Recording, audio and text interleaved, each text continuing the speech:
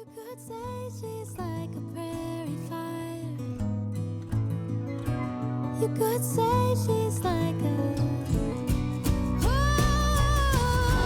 you could say she's like a prairie fire. A soaring spirit riding on the flames of her desire. If you feel her burning in your soul tonight, prairie fire is the name you'll know her by. Look how you light the midnight sky. Prairie fire, tell us why.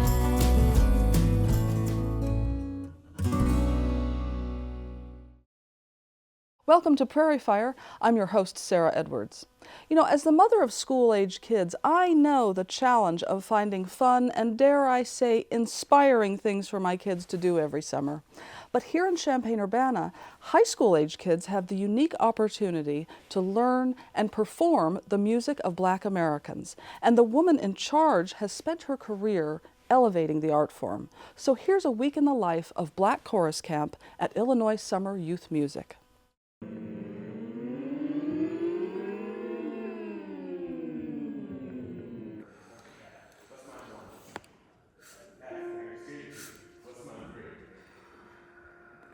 How are you this morning? Really good or just a little good? Kind of tired. Kind of tired. Okay, well, the singing will wake you up. Remember, breathing is your friend. Remember, this piece talks about the decision you make. Okay? I will do something regardless of the circumstance, the happenstance, the situation. I choose to rejoice. Yes? Black Chorus at Illinois Summer Youth Music was designed and developed in 2017.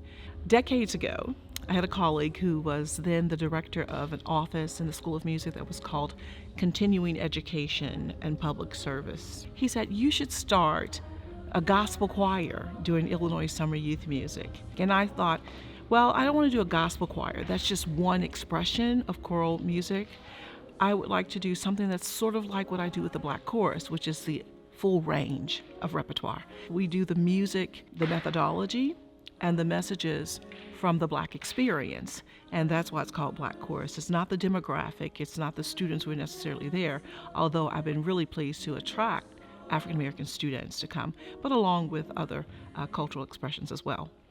The idea for Black Chorus at ISYM was to welcome the students of Champaign-Urbana, Rantoul, Decatur, and Danville.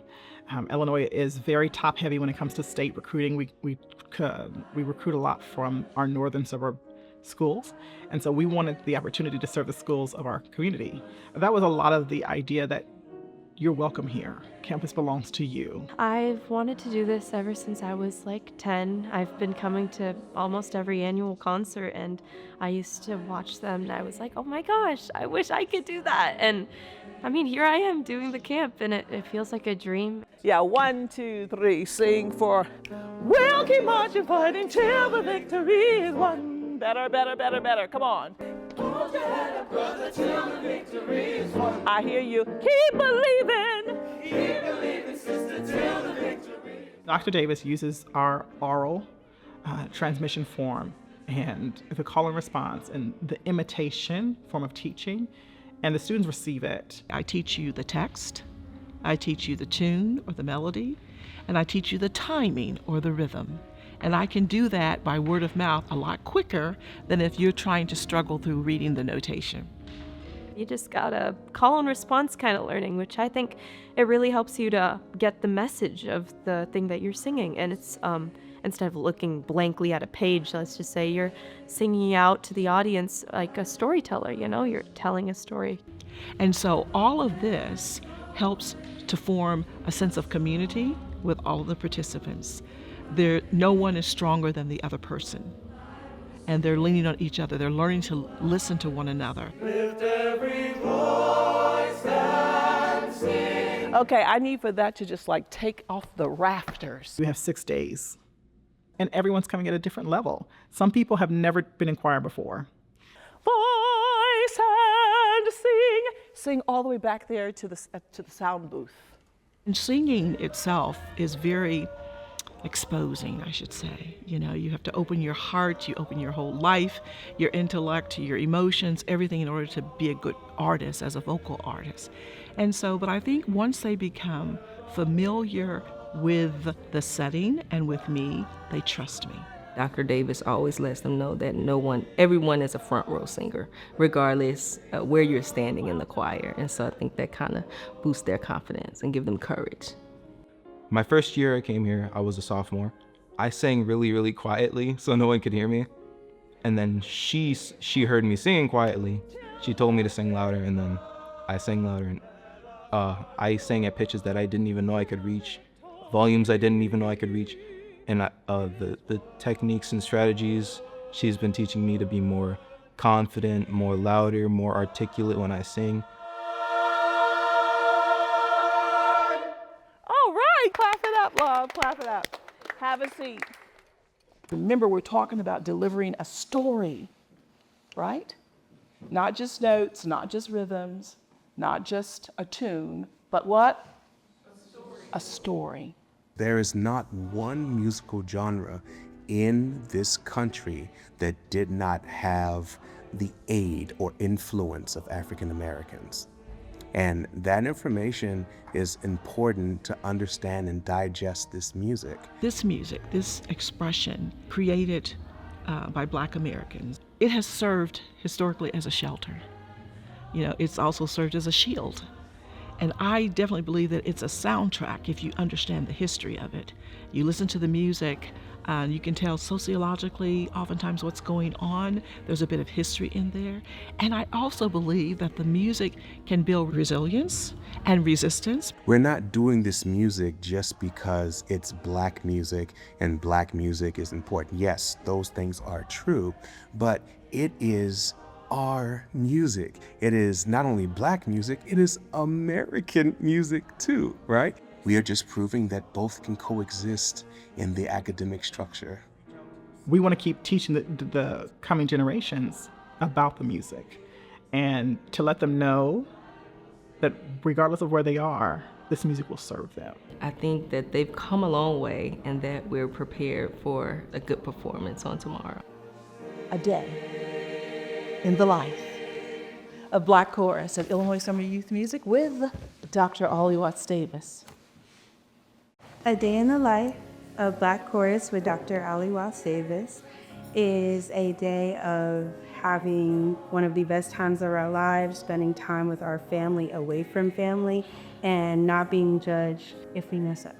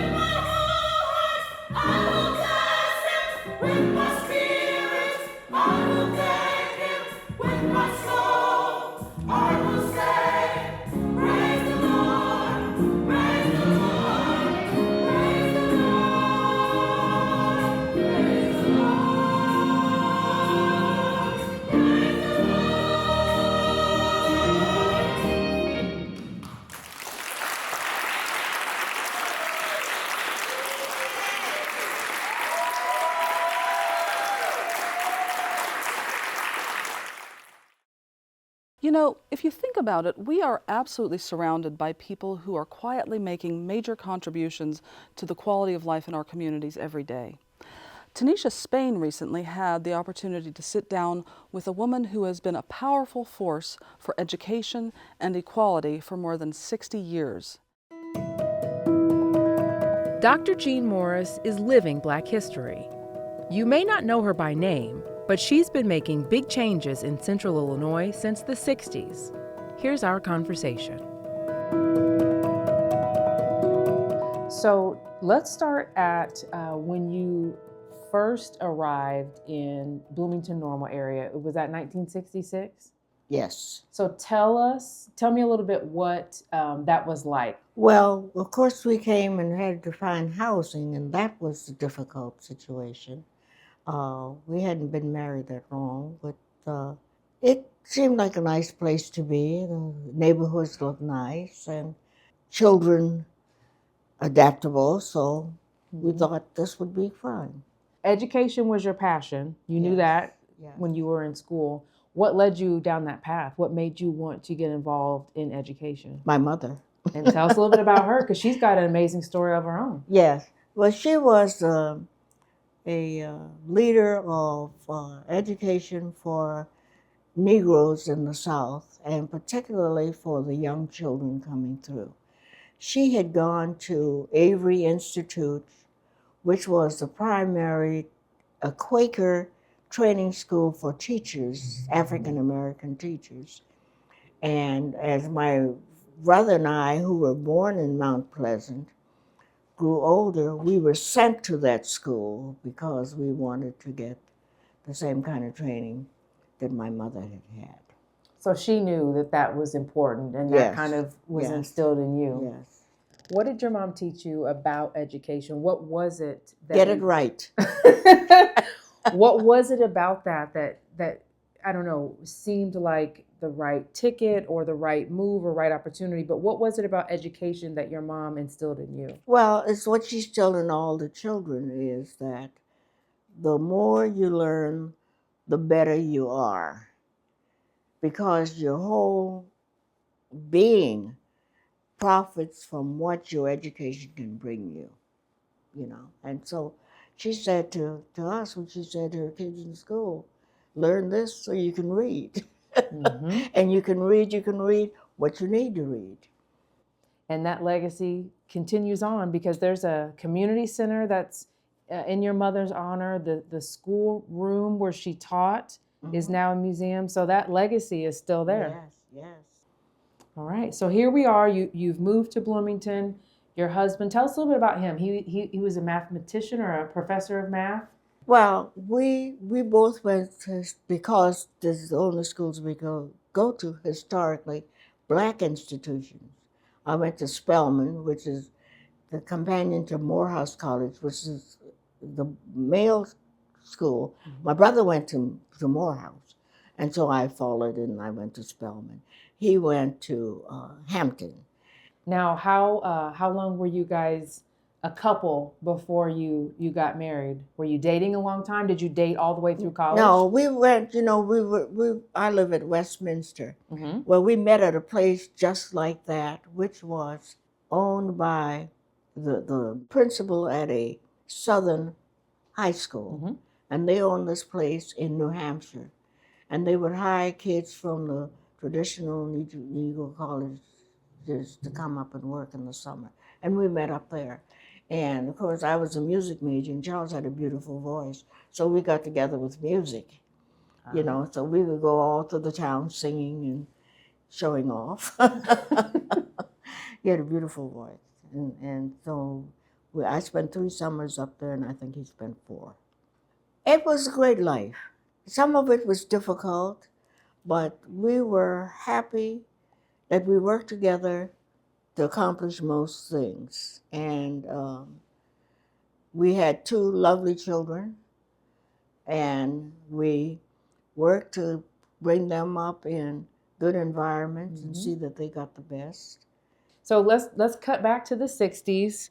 I read that you were instrumental in helping Black students find off-campus housing at a time where it was not readily available to Black students. And well, it wasn't even available on ISU campus. Okay, so tell us a little bit about the history and how you came to get involved. Well, there were several people with whom we connected that had the same feelings that we have. And we bought houses with this group of friends from Bloomington, Illinois, white friends.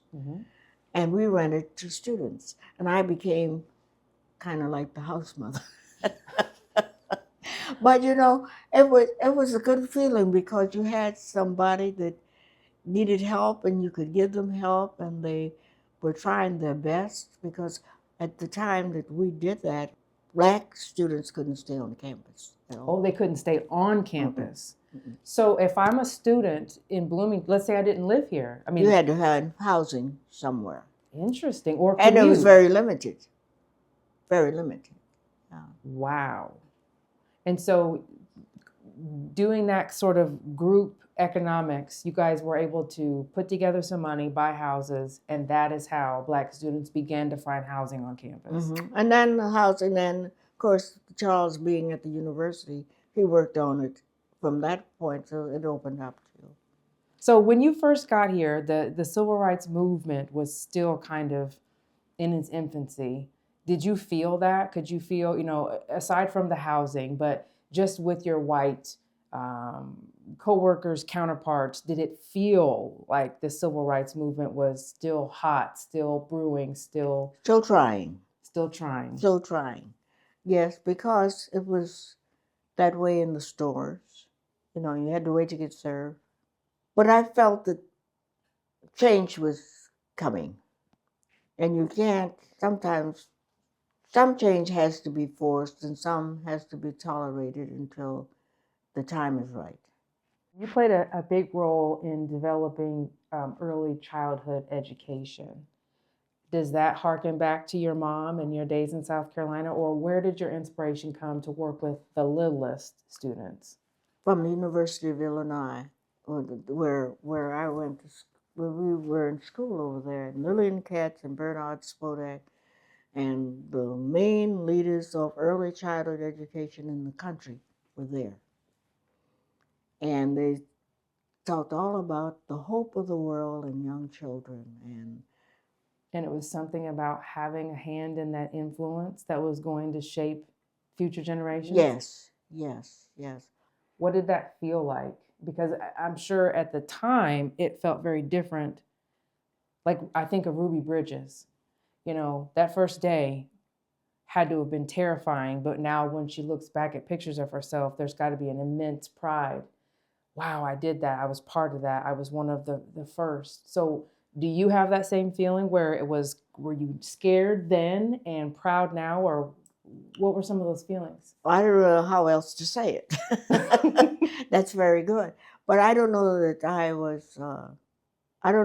was frightened, except that I hoped that it worked and that I choose the right things to do to make it work. Did you ever come home in the evenings and have discussions with your husband of, you know, not feeling enough, or maybe the fight was too big one day, or even in the face of finding housing or helping students find housing, was there ever a time that the fight just seemed too big? I'm sure. You know, I don't remember that we had any big explosions, but we decided, yeah, you know, this is going to be tough, but somebody's got to do it. And it has to be done. And we can do this, you know. And we decided what part I would play and what part he would play. And sometimes mine worked better than his. It just depends on the situation. Sure. But yeah, we struggled with that, and but we found good ways to do it.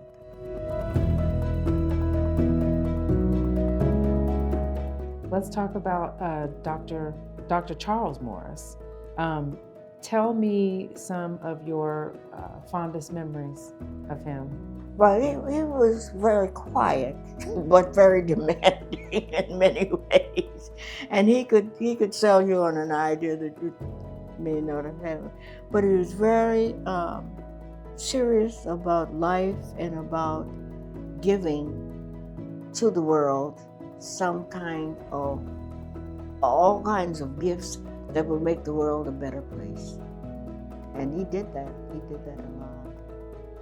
When you think about education, and I don't want to make it sound like it's just a Black or a white children issue, but when you guys were getting into this, did you see a disparity in the education that white students versus students of color were getting here? Or did it matter? Well, it mattered. And in fact, it mattered all along, because one of the things that my mother would say, they'd give, the kids, and my mother was a rural school teacher, but they'd give the used books from the white kids to the Black kids. And she says, she finally said to the book distributor, how am I supposed to teach them to take care of books when the books that they get are already damaged so badly you can hardly use them? Where are supposed to learn? She said, and she finally said, if I can't have new books for my students, I don't want any at all, because I can't teach them how to take care of books with the books that they get. And so that led to a change. And that's true of anybody. You don't give them dirty clothes to put on. You get them clean and put them on, so, don't get them too dirty. So that matters. That matters. That matters. And so she caused a big change in that they do. Don't bring me these books that I can't teach the kids how to take care of them because they're in such bad shape. Bring me new books, and I will preserve them the best I can. And she and all the teachers did. What does it make you feel like, or what do you think, if I were to say you are Black history? What is that? Well, who isn't? Who isn't? History is what you have done. It is not that you've done good. They're gonna remember you've done bad too. It's history, So who isn't? All of us are part of history. Well, how do you feel if I say you have influenced history? Who hasn't? Touché. Who hasn't? If I've been a positive influence, I'm happy.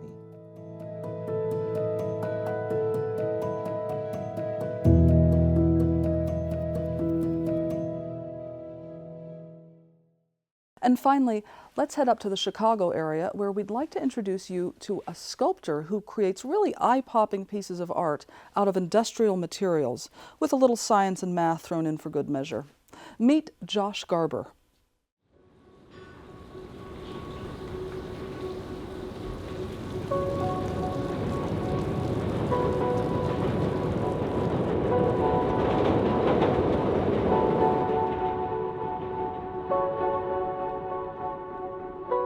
My name is Josh Garber. I'm a sculptor, and I've been practicing in the studio for 35 years. The beginnings of my art journey started when I was 12. I started playing the flute, and I was very interested in jazz. That led me to start taking pottery classes in high school.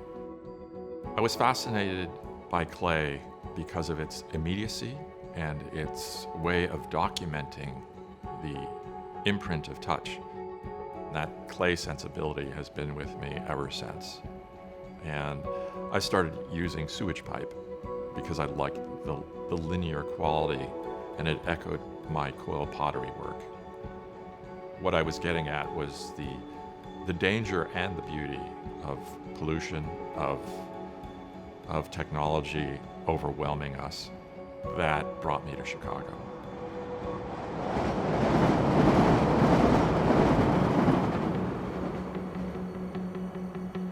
I was intrigued by the industrial imprint that the city had and still has.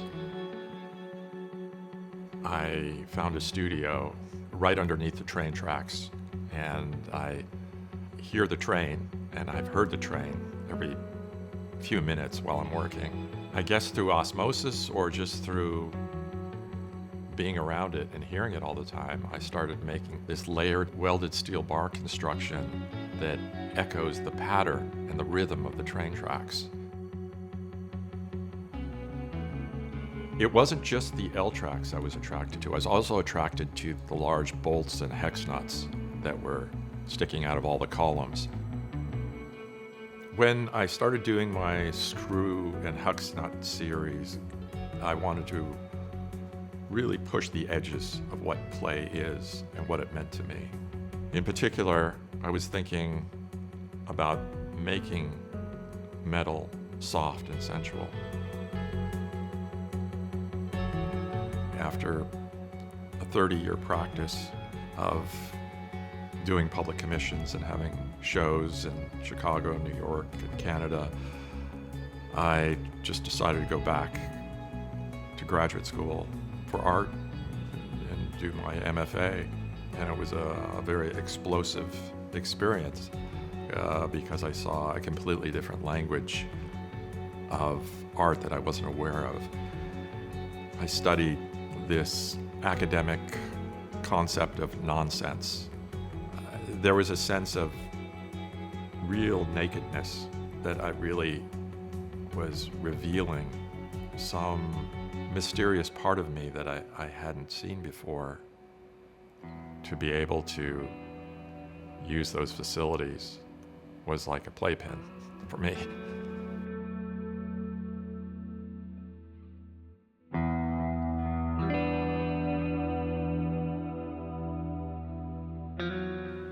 It took me a while to synthesize these influences. But then I started carving these solid forms out of aluminum. So in this particular piece, there's two forms that interlock in several different configurations. The viewer gets to manipulate the piece and in a sense becomes part of making the piece.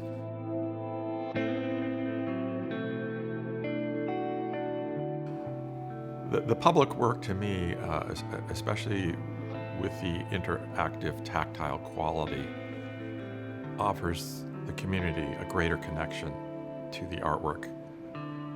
In other words, when they go by it, when they touch it, when they sit on it, they actually have a bit of ownership, which is very important to my public work. It doesn't happen with all public work, because all public work, sometimes you can't go near it. It's not meant to be touched.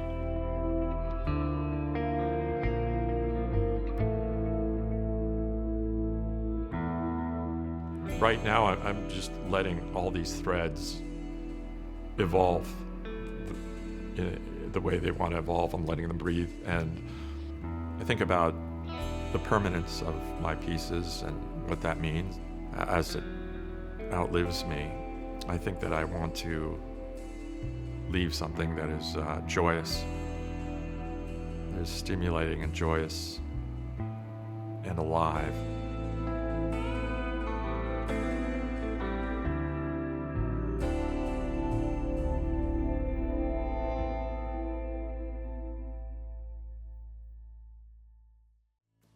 For more on any of our stories, you can visit our website at will.illinois.edu/prairiefire. I'm Sarah Edwards. Thanks for watching.